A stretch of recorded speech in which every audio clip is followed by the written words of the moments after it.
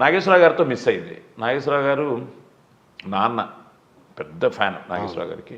ఆయనకు ఆ రోజుల్లో ఉత్తరాలు రాసి నాన్న ఒక సినిమా ఆయన కలవడం కోసం ఆ రోజు జూనియర్ ఆర్టిస్టులు ఎక్స్ట్రాలు అనేవారట. ఈయన ఎక్స్ట్రాగా వెళ్ళారు ఆ షూటింగ్కి. వెళ్తే ఈయన ఎలాగైనా ఆయన కళ్ళలో పడాలని ఈయన తాపత్రయం. నాగేశ్వరరావు గారు ఎక్కడో చోట ఐ కాంటాక్ట్ అయిందట.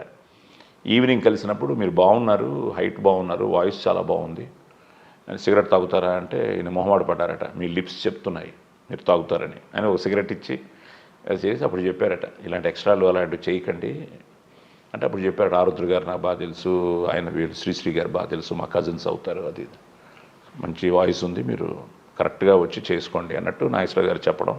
ఇది నాగేశ్వరరావు గారికి నేను చెప్పా. నేను కంపేర్ చేస్తున్నా ఒక ప్రోగ్రాము ఆయన గురించి, ఆయన సెలబ్రేషన్. ఇలా మీరు మా ఫ్యామిలీకి ఒక విధంగా నాన్నని మీరే గైడ్ చేశారండి అని ఆయన షాక్ అయ్యారు.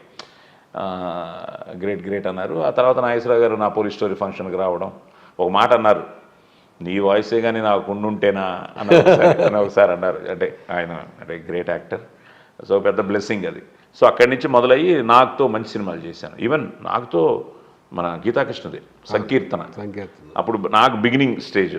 నాకు ఒకలా ఉండేవాడు, ఏంటి బాబు ఏమైనా అవసరమా మనకి, అమెరికాలో చెప్పడే వచ్చాడు. ఈయనేమో గీతాకృష్ణ పని రాక్షసుడు, డైలీ డే అండ్ నైట్లు కొట్టేవాడు. ఆ క్లైమాక్స్ అంతా నైట్లో చేసాం.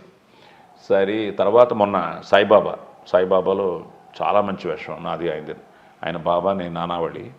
సో రాఘవేంద్ర గారు చైతుతో అది మంచి సినిమా, మన దేవకట్ట, అది ఆఫ్టర్ ప్రస్థానం. సో అలాగే వాళ్ళ ఫ్యామిలీలో కూడా మ్యాక్సిమం ఆటోనగర్ సూర్య. సో అలాగే అందరితోనూ మ్యాక్సిమం అందరితోనూ ట్రావెల్ ఉంది, అందరితోనూ.